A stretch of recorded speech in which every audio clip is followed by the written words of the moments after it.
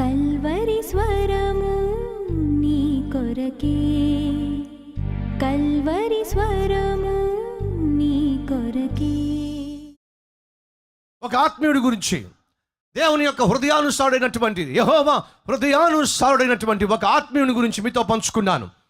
రాజుగా యుద్ధానికి వెళ్ళవలసిన వాడు, యుద్ధములో ముందు ఉండి తన దేశం కొరకు పోరాడవలసిన వాడు, ఆత్మీయుడు, ప్రార్థనాపరుడు, భక్తిపరుడు, కీర్తనాకారుడు అయినటువంటి దావీదు ఏమైందో? యుద్ధానికి వెళ్ళవలసిన సమయంలో యుద్ధానికి వెళ్లకుండా ఇంటిలోనే ఉండిపోయాడు. రాత్రి దేవుణ్ణి స్తుతించే, ఉదయమే లేచి ప్రార్థించే, వాక్యాన్ని, ధర్మశాస్త్రాన్ని ధ్యానించేటటువంటి దావీదు ఏమైందో? డే అంతా పడుకున్నాడు.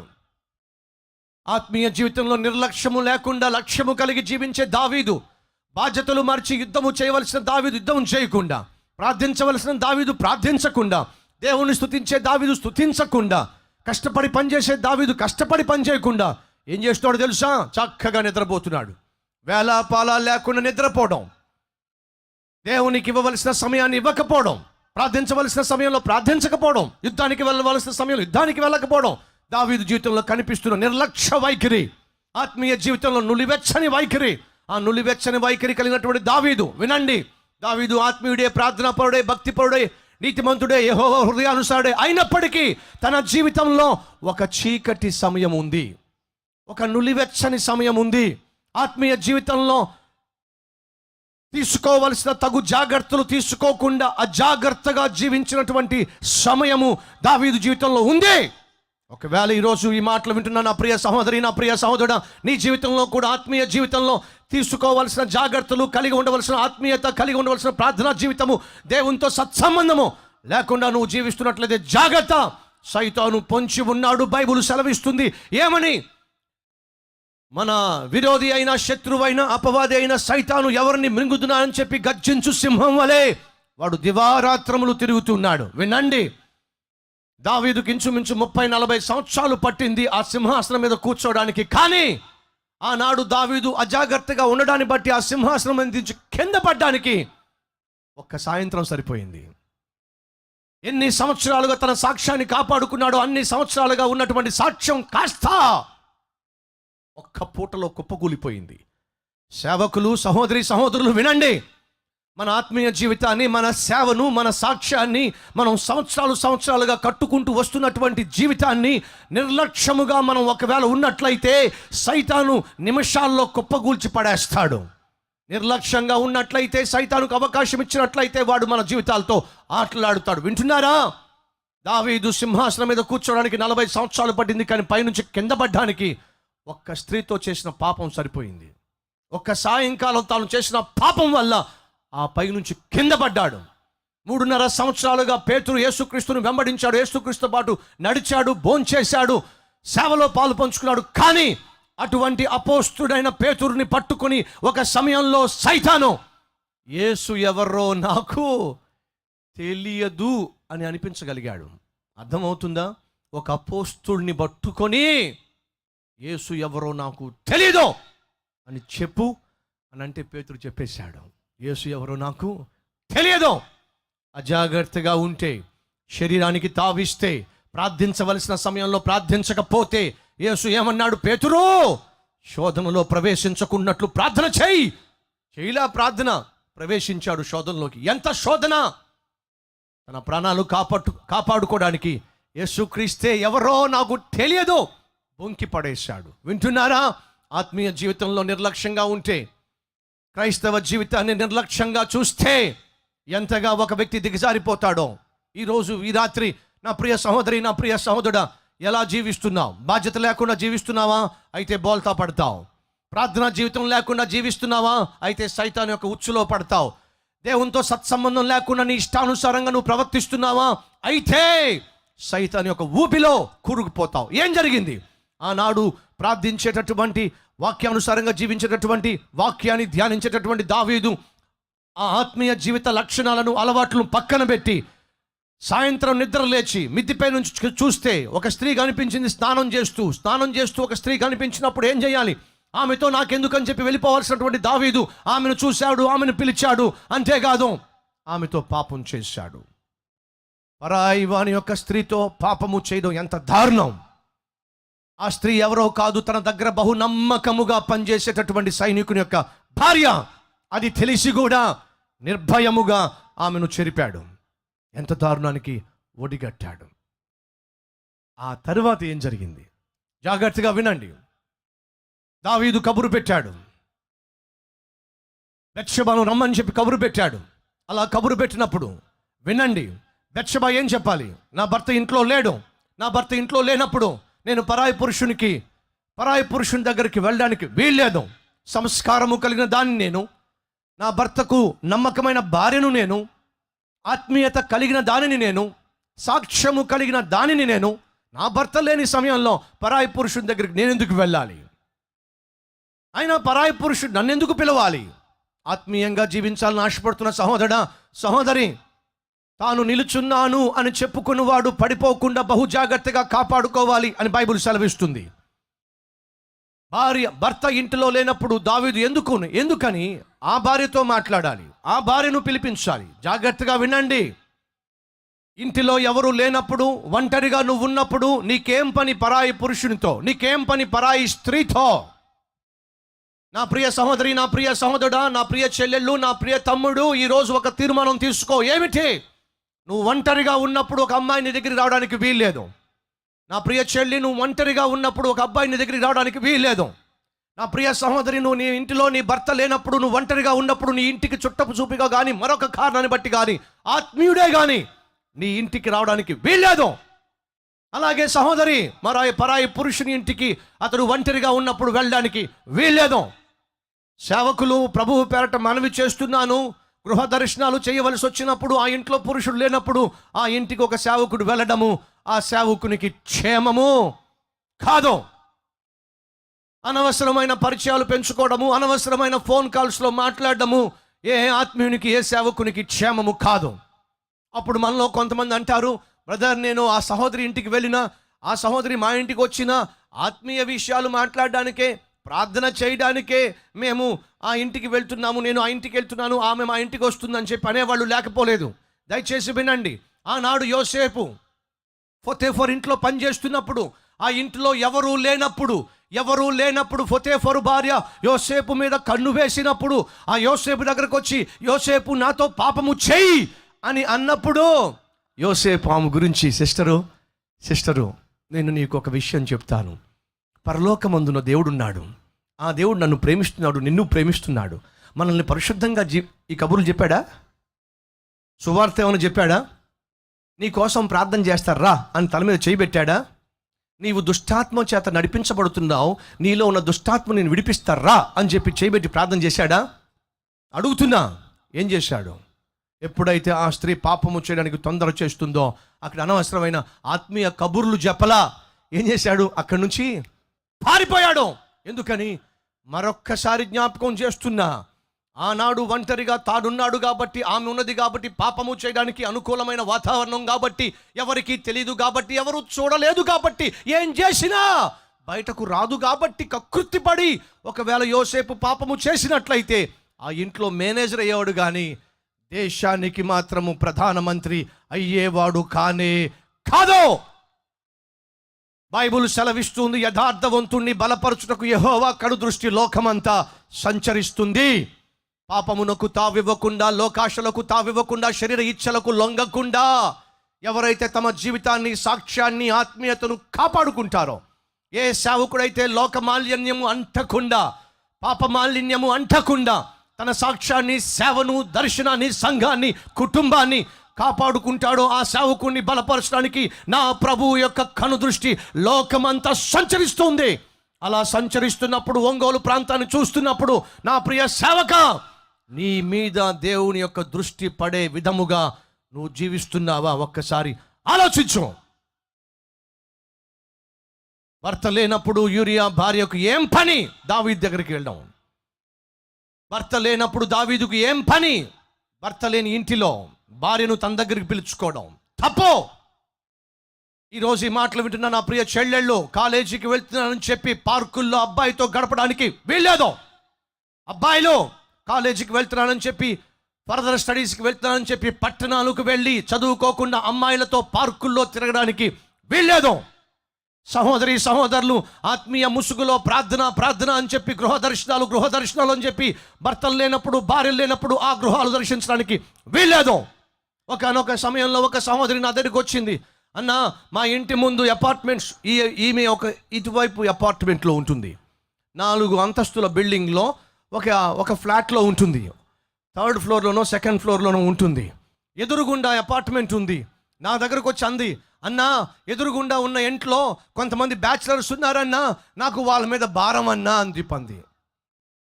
ఏం భారం అమ్మా నీకు అని అంటే, వాళ్ళకి సువార్త చెప్పాలన్నా, వాళ్ళని మార్చేయాలన్నా అని అంటే నేను చెప్పా, అమ్మా, అబ్బాయిలకు సువార్త చెప్తే బాగుంటుంది, అమ్మాయిలకు సువార్త చెప్తే బాగుంటుంది. చెల్లెళ్ళో, మీ సంఘాల్లో యూత్ మీటింగ్స్లో అనవసరంగా అబ్బాయిలతో చనువుగా ఉండమాకండి. అన్నా, నేను చనువు అంటే చనువేం కాదన్న, ప్రార్థన కోసమే మాట్లాడుతున్నానన్నా. ప్రార్థన చేయాలంటే అమ్మాయిలతో కలిసి ప్రార్థన చేయి. అబ్బాయిలు క్వైర్ ప్రాక్టీస్ అని చెప్పి అనవసరంగా అమ్మాయిలతో చనువుగా ఉండమాకండి. సంఘాల్లో ఉంటూనే, సేవల్లోనూ ఉంటూనే, పరిచర్యలో పాలు పంచుకుంటూనే, సంఘ కాపరికి దగ్గరగా ఉంటూనే నీచమైన పరిచయాలు పెంచుకొని పాపిష్టి కార్యాలు చేసేటటువంటి యవ్వనస్తులు ఎంతమంది లేరు చెప్తున్నా ప్రభువు పేరట. ఒకవేళ నువ్వు యూత్లో ఉంటూనే, దేవుని బిడ్డగా ఉంటూనే, దేవుని సేవలో ఉంటూనే పాపిష్టి కార్యాలకు సేవను కానీ పరిచర్యను కానీ ఉపయోగించుకున్నట్లయితే దేవుడు నిన్ను శపిస్తాడు. ఏలీకి 2 కుమారులు ఉండేవాళ్ళు. ఆ కుమారులు దేవుని సేవలో పాలు పంచుకుంటూ ఉండేవాళ్ళు. ఆ సేవలో పాలు పంచుకోవడానికి వచ్చేటటువంటి స్త్రీలను పరిశుద్ధంగా ఉండనిచ్చేవాళ్ళు కాదు. సేవ ముసుగులో సేవకు వచ్చినటువంటి అమ్మాయిలను పాడు చేసి, వ్యభిచారము చేసి, నీచమైన కార్యాలు చేసినప్పుడు దేవుడు మౌనంగా ఉండలేకపోయాడు. అటువంటి యవనస్తులను దేవుడు చూశాడు. చూసి ఒక్క దెబ్బతో 2 చంపి పడేశాడు. జాగ్రత్త. సేవలో ఉంటూ కూడా అపవిత్రమైన కార్యాలు చేయడం, పరిచర్యలో పాలు పంచుకుంటూ కూడా అపవిత్రమైన కార్యాలు చేయడం, అన్న అంటూ సిస్టరు అంటూనే నీచమైన కార్యాలకు ఒడిగట్టటము దేవుని దృష్టిలో నీచమైన కార్యమని, మనుషుల దృష్టిలో హేయమని, అది దేవుని యొక్క నామాన్ని అవమానపరుస్తుందని గ్రహించమని ప్రభువు పేరట మనవి చేస్తున్నా. 9 సంవత్సరాలు అయింది కల్వరి టెంపుల్ని స్థాపించి. ఈ 9 సంవత్సరాల్లో నా దగ్గర ఇంచుమించు ఈరోజు 500 నుంచి 600 మంది సహోదరులు సహోదరులు ఉంటారు. చక్కగా పాటలు పాడే చెల్లెళ్ళు ఉన్నారు. ఇంచుమించు 200 మంది చెల్లెళ్ళు నాతో పాటు సేవలో పాలు పంచుకుంటారు. 9 సంవత్సరాలు అయింది ఈ కల్వరి టెంపుల్ని స్థాపించి. ఈ 9 సంవత్సరాల్లో ఏనాడు కూడా ఒక అమ్మాయితో నేను మాట్లాడలా. వెళ్ళి అడగండి, వాళ్ళని చెప్తారు. ఇంతకాలము సేవలో ఉంటూ కూడా, కల్వరిలో సేవలో ఉంటున్న ఒక అమ్మాయిని పిలిపించి వ్యక్తిగతంగా ఇప్పటి వరకు మాట్లాడలా. ఫోన్ కాల్ ద్వారా ఇప్పటి వరకు ఒక్క అమ్మాయితో మాట్లాడలా. నాతో పాటు సేవలో పాలు పంచుకున్న ప్రతి ఒక్కరికి తెలుసు. ఒకరోజు ఒక అతను సిబిఐ డిపార్ట్మెంట్లో చేసినవాడు కల్వరిలో ఏం జరుగుతుందో చూద్దామని చెప్పి వచ్చి, బ్రదర్స్ అందరూ కలిసి, ఇప్పుడు క్వైర్లో పాటలు పాడుతున్నారుగా వీళ్ళు, చక్కగా వీళ్ళు పాటలు పాడేసిన తర్వాత వెనకాల ప్రార్థన చేస్తారు. చక్కగా వెళ్ళి వంటగదిలో కూరగాయలు కోస్తారు. ఎందుకని ప్రతి సండే ఇంచుమించు 6,000 మంది భోంచేస్తారు. అలా భోంచేసే వారికి వంట చేసే పనుల్లో వీళ్ళందరూ వెళ్ళి కూరగాయలు కట్ చేస్తారు. సిస్టర్స్ వెళ్ళి వాళ్ళు ప్రార్థనలు చేసుకుంటూ ఉంటారు. ఆ సిబిఐ డిపార్ట్మెంట్లో పనిచేసిన వ్యక్తి వచ్చి, చక్కగా కలిసి స్టేజ్ మీద పాటలు పాడారు కదా, మరి ఆ అమ్మాయిలందరూ ఎక్కడున్నారంటే వాళ్ళు ప్రార్థనలో ఉంటారు, మేము కటింగ్ చేస్తాం. కలిసి మీరు ఒకే చోట ఉండి కటింగ్ చేయకూడదా అంటే మా అన్న ఊరేస్తాడని చెప్పన్నారట. ఏమన్నారట? ఆడవాళ్ళు మగవాళ్ళు ఒక చోట కూర్చుని పని చేస్తే మా అన్న ఊరివేస్తాడు. ఈ పరిచయలో అలాంటివి కుదరవు. ఎవరైతే ఇప్పుడు నడిపిస్తున్నాడో, పాటలు నడిపిస్తున్నాడో, మీకు ఒక విషయం తెలుసా? కనీసం తన వెనుక ఉన్నటువంటి అమ్మాయిల పేర్లు కూడా పూర్తిగా తెలియవు అతనికి. సంవత్సరాలుగా పాటలు పాడుతున్నాడు, సంవత్సరాలుగా వారికి పాటలు నేర్పిస్తున్నాడు. తన పని కేవలము పాటలు నేర్పించడమే. సేవకునిగా నేను ఈ రోజు వరకు మా సంఘంలో ఎన్ని వేల మంది, ఇంచుమించు 80,000 మంది సంఘ సభ్యుల్లో 30,000 మంది సంఘ సభ్యులు ఉంటారు. కనీసం ఇప్పటి వరకు ఒక్క స్త్రీతో కూడా నేను ఫోన్ చేసి మాట్లాడలా. ఇది పబ్లిక్గా మీతో చెప్తున్నా.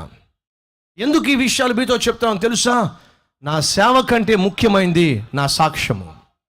దేవుడు నాకు ఇచ్చిన పరిచర్ను నేను కాపాడుకోవాలంటే బహు జాగ్రత్తగా నేను ఉండాలి. సంఘానికి కాపర్లుగా ఉంటున్న సేవకులు, ఒకవేళ మీ సంఘంలో ఒక స్త్రీతో మాట్లాడవలసి వస్తే మీ భార్య సహాయం తీసుకోండి.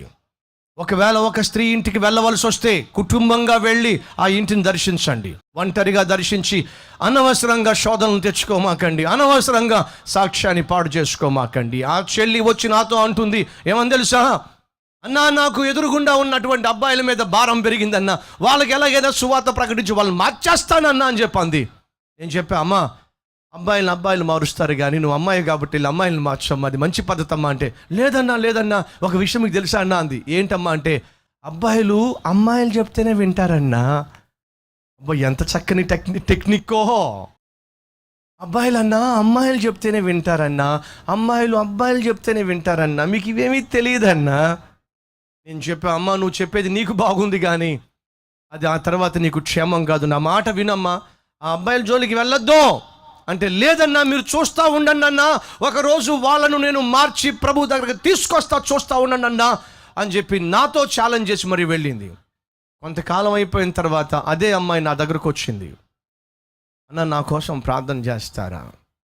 దేనికోసం ప్రార్థన చేయమంటావమ్మా? ఆ అమ్మాయి అంటుంది, అన్నా ఆ రోజు మీరు చెప్పారు అబ్బాయిల జోలికి వెళ్ళొద్దన్నారు, అబ్బాయిలకే సువార్త చెప్తే మంచిదన్నారు, అమ్మాయిలకు సువార్త చెప్తే మంచిదన్నారు. నేనేదో పెద్ద వాళ్ళని మార్చాలని చెప్పి వాళ్ళ దగ్గరికి వెళ్ళి యేసుక్రీస్తు గురించి చెప్పడం మొదలు పెట్టాను. నేను అనుకున్నది జరగలేదన్న, అక్కడ అనుకోందే జరిగింది. ఏమైందమ్మా? ఇప్పుడు ఆ 3 అబ్బాయిలకు నేను ఉంపుడు గతిగా మారిపోయానన్నా, నా జీవితాన్ని వాడుకుంటున్నారన్నా, నేను పాపంలో జీవిస్తున్నానన్నా, పాడైపోయానన్నా, నా కోసం ప్రార్థన చేస్తారా? కన్నీళ్లతో ఏడుస్తుంది. వింటున్నారా? సేవ అని చెప్పి అనవసరంగా వెళ్ళకూడని ఇళ్లకు వెళ్ళి పరిచర్య అని చెప్పి పురుషులు స్త్రీల ఇంటికి వెళ్ళి స్త్రీలు పురుషుల ఇంటికి వెళ్ళి, నో, ఇది ఆత్మీయ జీవితంలో తగదు. దావీదు లాంటి వాడే బోర్లా పడ్డాడు. తను ఒంటరిగా ఉన్నప్పుడు ఒక పరాయి స్త్రీని తన ఇంటికి పిలిపించాడు. భర్త లేని సమయంలో, భర్త ఇంటిలో లేనప్పుడు తను పరాయి పురుషుని ఇంటికి వెళ్ళి నీచమైన కార్యాన్ని చేసింది. అందుకే చెప్తున్నా, ఆత్మీయంగా జీవించాలంటే కొన్ని నియమ నిబంధనలు కలిగి ఉండాలి. ఆత్మీయంగా మనము ప్రభు యొక్క బిడ్డలుగా జీవించాలంటే, ఆయన ఆశించినట్టుగా సేవ చేయాలంటే ఆ సేవలో ఖచ్చితమైన నియమములు కలిగి జీవించాలి, సరిహద్దులు కలిగి జీవించాలి. అలా జీవించినప్పుడే నీ సేవ కట్టబడుతుంది, నీ జీవితం కట్టబడుతుంది, నీ ఆత్మీయ జీవితము పదిలముగా ఉంటుంది. ఈ నియమ నిబంధనలను మీరి ఆనాడు దావీదు అనవసరమైనటువంటి చర్యకు పూనుకున్నాడు. ఏం జరిగింది? బెత్షెబను పిలిపించాడు. ఆమెతో నిర్భయముగా పాపం చేశాడు. పాపం చేసిన తర్వాత తాను రాజుగా చెలామణైపోతున్నాడు. ఆమెమో ఏమి ఎరగనట్టుగా భర్తను మోసం చేసి తాను చక్కగా ఇల్లాలుగా చలామణైపోతుంది. కానీ వినండి, చేసిన పాపము ఊరికే పోదు, వేసిన విత్తనము మొలకెత్తక మానదు. ఏ పాపిష్టి పని అయితే దావీదు చేశాడో ఆ పాపిష్టి పని వల్ల ఆమె గర్భవతి అయ్యింది. కబురు పెట్టింది ఏమని? ఇప్పుడు నేను ఒట్టి మనిషిని కాదు, గర్భవతిని. ఆ మాట చదివిన వెంటనే, ఆ వార్త విన్న వెంటనే దావీదు ఏం చేయాలి? ప్రభువా, ఎంత ఘోరం జరిగింది, ఎంత నీచమైన పనికి ఒడిగట్టాను. నేను నీ కుమారునిగా, నీ చేత ఏర్పరచబడిన, నీ చేత అభిషేకించబడిన రాజుగా కూడని పని చేశాను. ఇప్పుడు నేను చేసిన పాపము వల్ల ఇప్పుడు ఒక కుమారుడు లేక ఒక కుమార్తె ఆమె పొట్టలో పడ్డాడు. అయ్యో, అక్రమ జీవితం జీవించి నా భార్య కాని భార్యను కొట్టడం వల్ల ఇప్పుడు ఆమె గర్భము ధరించి బిడ్డను కనబోతుంది. ఎంత తప్పుడు పని చేశాను, నన్ను క్షమించు అని ఆ రోజు అడిగితే ఎంత బాగుండేది.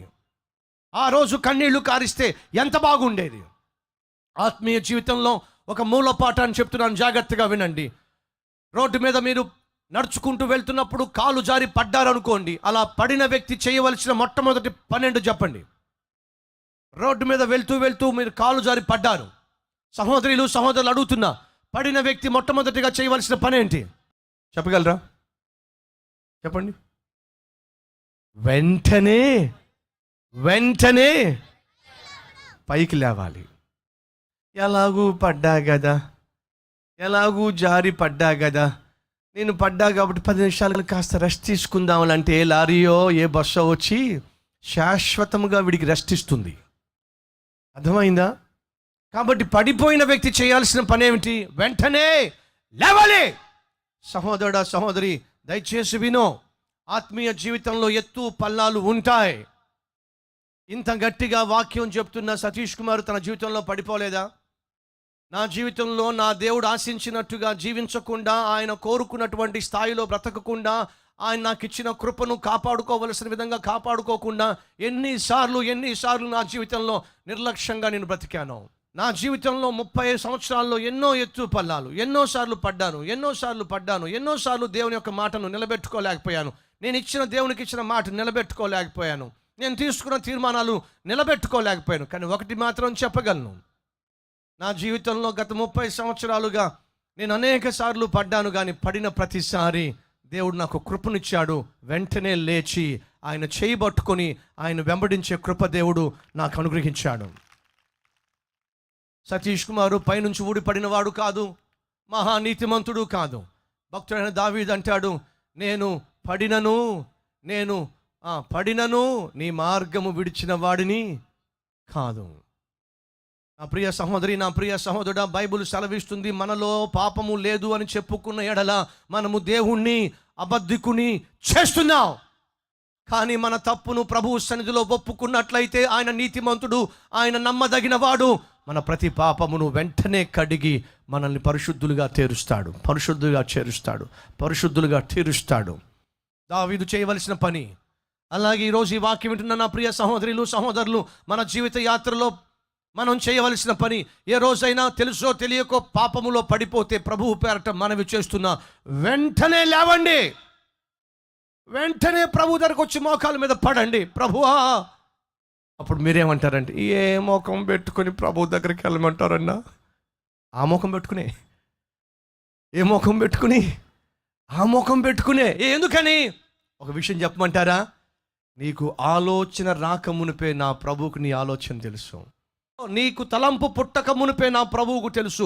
నువ్వు నేను ఎంత బలహీనులమో మన ప్రభువుకు తెలుసు కాబట్టి మొహమాట పడకుండా పడినవాడు లేచి వెంటనే ప్రభు దగ్గరకు వెళ్ళి పడిపోయాను ప్రభువా, మరలా పడకుండా నాకు సహాయం చేయను ఆయన అని ప్రభువుని అడిగితే ప్రభు ఖచ్చితంగా నీకు సహాయము చేస్తాడు.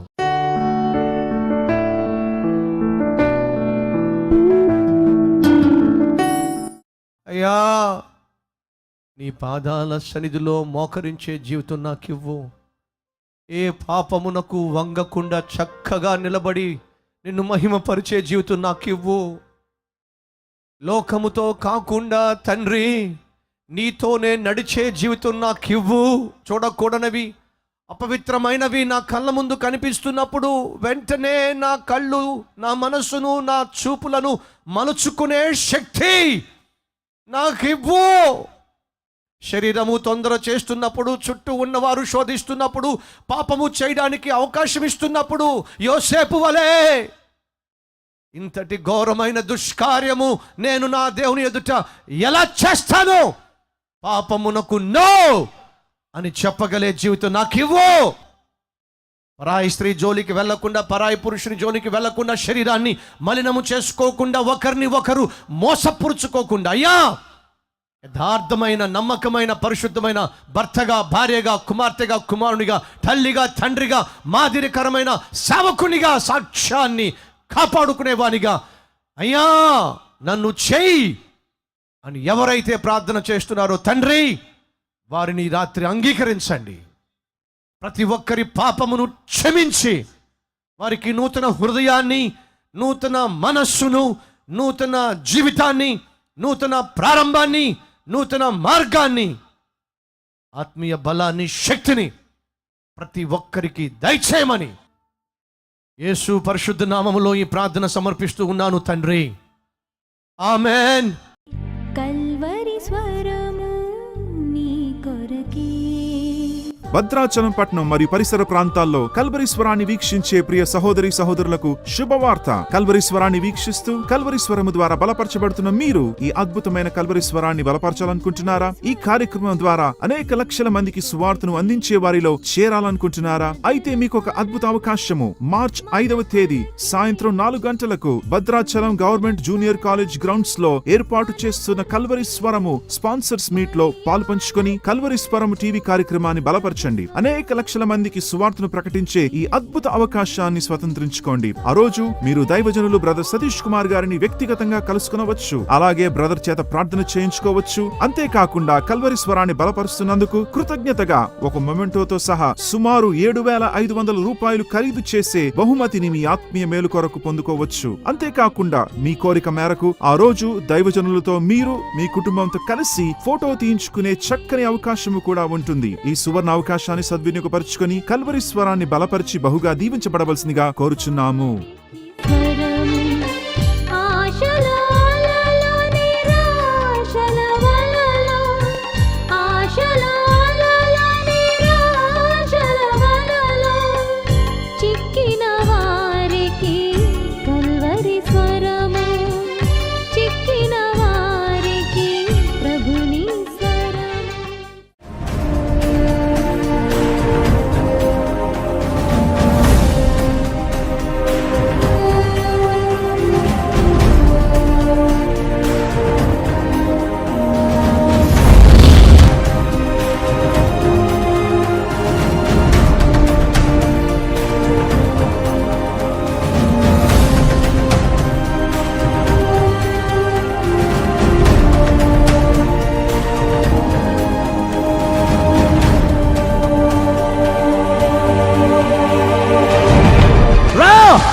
ఈ రోజు నీ జీవితాన్ని పరిశుద్ధపరిచి నీ పాపములను క్షమించి నిన్ను దేవుని బిడ్డగా పరలోక వాసునిగా వారసునిగా దేవుడు మార్చాలని ఆశపడుతున్నాడు. ఇస్తావా ఈరోజు నీ జీవితాన్ని మార్చుకోవడానికి? ఇస్తావా ఈరోజు నీ హృదయంలో క్రీస్తుకు చోటు?